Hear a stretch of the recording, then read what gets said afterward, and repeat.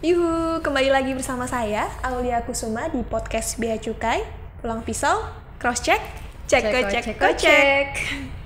Di tengah pandemi saat ini yang mengharuskan kita untuk tetap beraktivitas walaupun pandeminya nggak kunjung selesai, ditambah cuaca kota Palangkaraya yang kadang panas, kadang hujan, pokoknya ekstrim ya akhir-akhir ini ya Kak Keke ya. Mengharuskan kita untuk tetap menjaga stamina dimanapun kita berada. Nah, walaupun ditambah lagi nih, kita agak sedikit was-was, waspada, insecure bisa dibilang kayak gitu, buat keluar karena yaitu kita dituntut untuk physical distancing. Jangan lupa tetap menjaga semangat kita buat tetap berinovasi, menggali ide-ide baru, dan berkegiatan-kegiatan positif. Nah, saat ini saya ditemani oleh kakak yang bisa dibilang tuh dia tuh multi talent banget ya, karena selain jago modeling, bisa nari juga ya kak ya. Waduh. Sudah hadir di tengah-tengah kita narasumber kita hari ini. Selamat sore Kak Keke. Sore kau. Gimana Halo kabarnya semuanya. hari ini? Baik. Meskipun cuaca ekstrim, puji Tuhan baik. Kebetulan ini tadi pagi kita kehujanan ya. Iya, hujan ya di deras. sini ya. Udah malam hujan, Iya, dari pagi malam. hujan. Nah, kita ucapkan terima kasih banyak ya di tengah kesibukan Kak Keke akhir-akhir ini. Kayaknya susah banget buat ngehubungin Kak Keke ini, buat kita bikin appointment datang hari ini tuh kayaknya effort banget buat kita. Enggak. Kalau buat Bea Cukai kapan aja bisa. Kita ucapkan terima kasih banyak mau datang ke kita dan ya berbagi sedikit banyak ilmu tentang Bea Cukai dan apa yang sedang kakak geluti hari ini. Aku dong yang makasih banyak karena akhirnya bisa belajar hal baru, karena aku di sini juga mewakili masyarakat awam yang kita banyak nggak tahu tentang Bea Cukai, ranahnya, terus apa aja sih yang harus diketahui oleh masyarakat luas. Apalagi kayaknya kantor ini baru ya kak ya? Ya bisa dibilang baru. Kita pindah ke sini tuh tahun 2018. Oh iya, baru 2 tahunan ya. Itu di depan namanya juga masih Bea Cukai Pulang Pisau saya lihat. Kebetulan tuh soalnya memang ini kan kantornya itu tahun 2017 mau ke 18 itu kantor kami memang di Kabupaten Pulang Pisau. Okay. Cuman kenapa di depan itu masih judulnya kantor Bea Cukai Pulang Pisau karena memang dari pusat belum ganti nomenklatur. Oke. Jadi harus diurus sampai ke pusat dulu ya. Betul banget. Oke. Tapi ini kita di Palangkaraya ya teman-teman. Iya, kantor kita sebenarnya ada di Kota Palangkaraya per tahun 2018 itu ada di Jalan Diponegoro nomor 54. Iya, jadi saya nggak jauh-jauh ke Pulang Pisau. Buat datang ke kantor Bea Cukai nggak harus ke Pulang Pisau. Jauh ya. Betul banget. Oke. Hari ini kita mau bahas apa aja Mbak Ul? Nah, sebenarnya aku penasaran tuh, pengen ngulik-ngulik tentang kehidupan Kak Keke. Oh, mau dikepoin dulu. Karena jarang-jarang tuh kita datengin tamu eksternal dari luar Bea Cukai dan ya ini narasumber yang hebat, bisa dibilang hebat karena kayaknya kepo lah bakalan sahabat Bea Cukai ini buat tanya-tanya tentang Kak Keke ini. Ngomong-ngomong tentang Kak Keke, apa sih kesibukan akhir-akhir ini? Iya. Kalau kesibukan akhir-akhir ini memang lagi awalnya kaget ya karena COVID. Jadi mencari kesibukan yang memang bisa untuk bikin kita produktif tuh apa aja sih. Yang aku senang karena pandemi ini jadi banyak orang yang harus kembali ke kampung halaman dan lebih banyak waktu untuk melakukan banyak hal. Jadi lebih banyak kolaborasi sih sekarang. Kayak misalnya sekarang aku lagi kolaborasi sama teman-teman bikin buku, produksi buku. Terus sekarang lagi magang di salah satu NGO di sini. NGO-nya basis Jerman dan fokusnya di lingkungan, restorasi lahan. Memang kesibukan-kesibukan yang kulakukan pun tetap pada jalur yang aku pengen untuk karir di masa depan, yaitu berkarir di dunia lingkungan. Oh, jadi memang dari awal suka gitu ya, bisa dibilang suka sama dunia lingkungan? Sebenarnya nggak dari awal sih, karena mungkin teman-teman di Palangkaraya juga mengenal aku sebagai duta wisata ya, karena meskipun sudah lama ya, 5 tahun yang lalu sudah pensiun atau sudah belum? pensiun, sudah lepas jabatan, sudah nggak tahu lagi kali ya. Jadi mungkin kalau teman-teman lebih kenal sebagai duta wisata. Nah, salah satu yang membuat aku kenal dengan dunia lingkungan dan tertarik untuk kayak berkecimpung di dunia lingkungan itu adalah duta wisata ini. Karena dulu waktu duta wisata, selain kita juga mempromosikan wisata, tapi juga belajar soal lingkungan yang berkelanjutan, bagaimana menjaga lingkungan, tanam pohon, terus ketemu orang hutan. Jadi kayak panggilannya mulai dari situ, Kak. Jadi memang awalnya basicnya ternyata malah dari duta wisata itu ya. Iya, dari duta salah wisata satu ajang yang mengenalkan tentang lingkungan di Kalimantan itu sendiri ya. Iya. Terus dengar kayaknya udah banyak prestasi yang kakak ini nih, kayak kakak ciptain istilahnya. Waduh. Dari duta wisata ataupun lingkungan itu sendiri. Iya, sebenarnya bukan prestasi ya, lebih ke ajang belajar gitu. Okay. Jadi kebanyakan yang aku ikutin sekarang bukan perlombaan tapi kayak konferensi atau workshop yang diadain lebih banyak tuh lebih banyak lingkupnya internasional sih, karena memang kayaknya kepedulian tentang lingkungan tuh masih banyak di luar daripada di sini ya. Apalagi di Palangkaraya sendiri tuh kayaknya masih awam banget buat orang untuk peduli lingkungan. Yang orang tahu peduli lingkungan adalah kita nggak buang sampah sembarangan. Padahal jauh lebih dari itu sebenarnya. Kita nggak sadar kalau sebenarnya hal-hal yang kita lakukan setiap hari itu berhubungan erat dengan menjaga lingkungan kita. Sama kayak sekarang pandemi COVID juga sebenarnya kalau kita baca-baca sebenarnya juga erat banget kaitannya sama apa yang sudah kita lakukan kepada alam gitu kan. Dan salah satunya yang saya ikuti sekarang adalah Circular Innovation Jam. Itu tuh kayak workshop, cuman di situ kita didorong untuk juga berkarya, membuat karya sebuah bisnis model, dan itu dilombakan. Wow, nah, iya. Biasa banget. Jadi sebenarnya lombanya itu bukan karena aku join pengen lomba, tapi karena memang diajarkan dulu, baru nanti kita dilatih dan diberanikan gitu untuk memang membuat sesuatu perubahan gitu. Jadi inti dari kakak tuh bukan cari menangnya, tapi cari pengalamannya. Betul. Yang sebenarnya memang pengalaman itu yang lebih berharga daripada prestasinya itu betul sendiri. Betul banget, Mbak. Mungkin Mbak Ul juga pernah ngerasain ya, pasti kan anak-anak STAN biasanya memang orang yang akademik oriented nggak sih, Mbak? Amin. Pasti dulu ya, bisa dibilang kayak gitu sih. Ini karena dia bukan narasumber aja nih, nggak kita ulik-ulik. Nggak bisa. Aku gatal karena aku biasa jadi moderator, pengen ngulik. Jadi balas dendam ya. Ini malah orang yang lebih hebat lagi di sini. Kalau aku sih karena udah pengalaman dulu ya, Mbak. Kalau dulu kayak semua lomba pengen diikutin, semua selempang kita pengen, semua piala kita pengen. Tapi pada akhirnya kan kita lihat emang tujuannya mau kemana gitu. Emang mau kita apakan ini prestasi-prestasi ini. Toh akan ditinggal di lemari kan.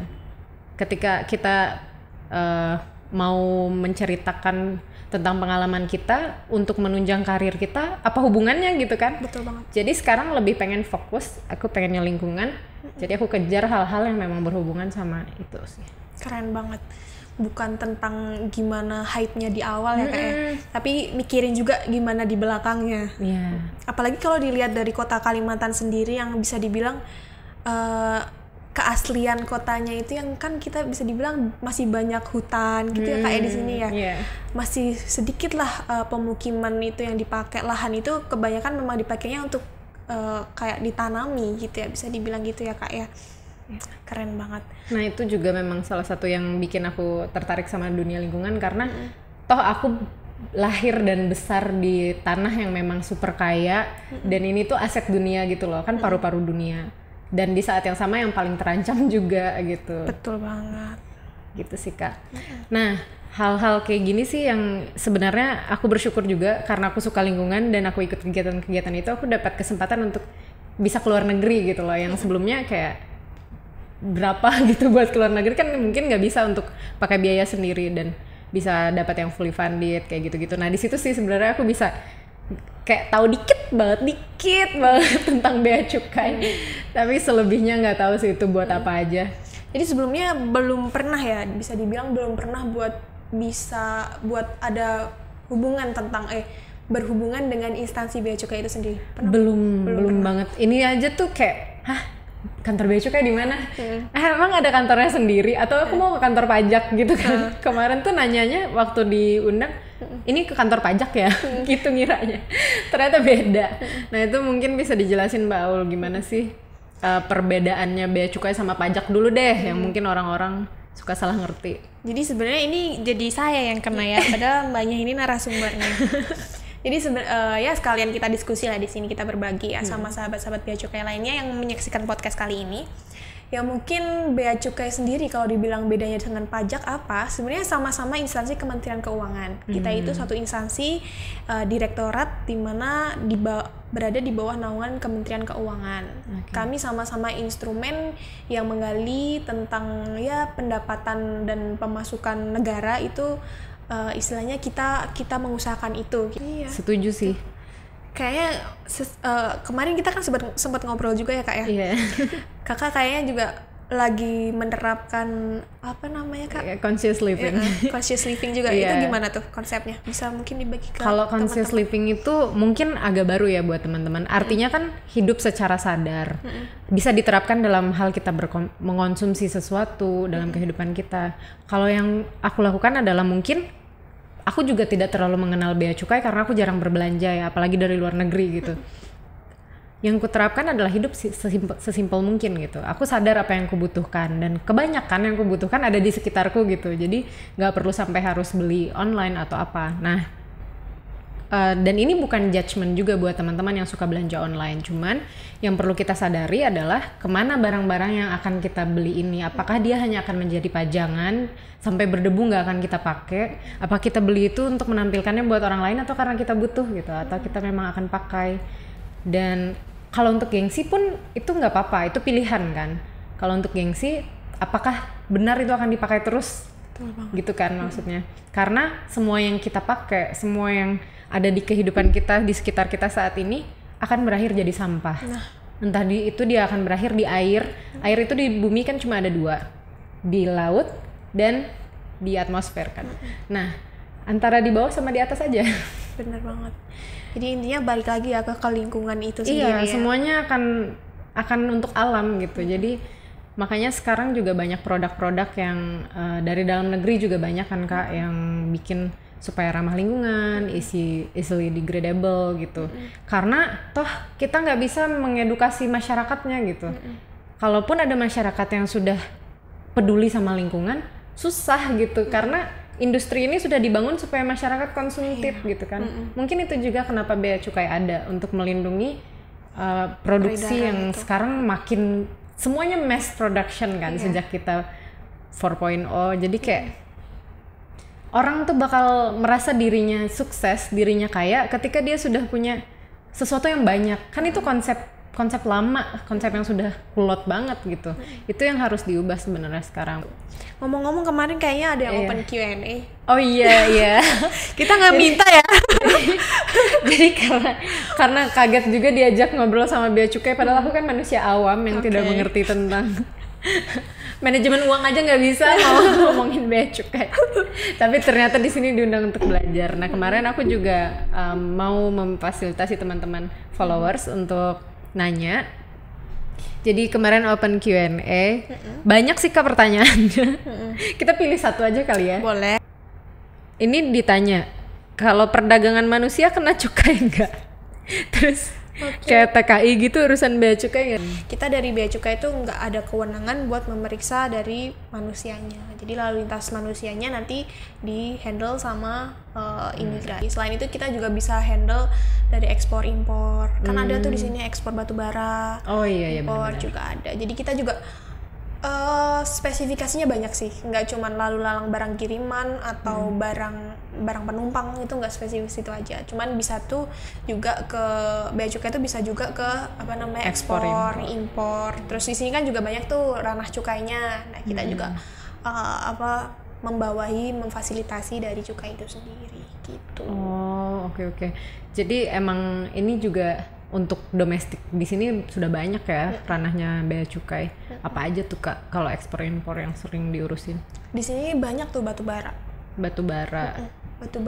Terus ya banyak sih ranahnya di sini. Kayu juga ya. Kayu ada, rotan itu. Cuman itu ada spesifikasi sendiri sih nanti. Iya, nanti kalau kita bahas semua pusing ya. Takutnya nanti sahabat bea cukai jadi bingung bahas ke topik mana. Nah, kayaknya kan tadi udah bahas banyak tuh. Ya walaupun belum dapat nomor HP-nya Kak Keke. Kita udah ngebahas dari A sampai Z tentang kehidupan Keke, sekarang lagi sibuk di mana. Yang mungkin itu kegiatan-kegiatan positif yang memang banyak banget yang kita bisa contoh dari Kak Keke ini sendiri. Nah, mungkin kita balik lagi ke teman-teman sahabat bea cukai, mengingatkan buat hati-hati, soalnya banyak banget nih penipuan-penipuan. Baru kemarin kami ada laporan penipuan yang mengatasnamakan bea cukai di Bandara Cilikriwut, kan itu sayang banget tuh. Dan sekarang udah dibahas ya bareng-bareng biar bisa lebih aware ke depannya gimana mau mengantisipasi. Dan semisal memang ada sesuatu yang mengatasnamakan bea cukai, jangan sungkan buat datang dan konfirmasi ke kantor kami yang ada di Jalan Diponegoro nomor 54 Kota Palangkaraya, yang sekarang bener-bener udah deket banget dari ini ya, nggak harus ke Pulang Pisau, bisa banget langsung datang ke sini. Di tengah kota lagi. Ada di tengah kota. Itu tadi pembahasan kita, topik-topik seru hari ini. Jangan bosan-bosan buat stay tune di di channel YouTube kita. Jangan lupa subscribe, like, @bea cukai Pulang Pisau juga jangan lupa di follow ya, ada di Instagramnya. Itu tadi Aulia Kusuma Ningtyas selaku moderator hari ini dan Keke sebagai moderator 2 mengucapkan terima kasih. Jangan bosan-bosan sama topik-topik kita di Bea Cukai Pulang Pisau. Sampai jumpa di lain kesempatan. Cross check, cek. Bye bye.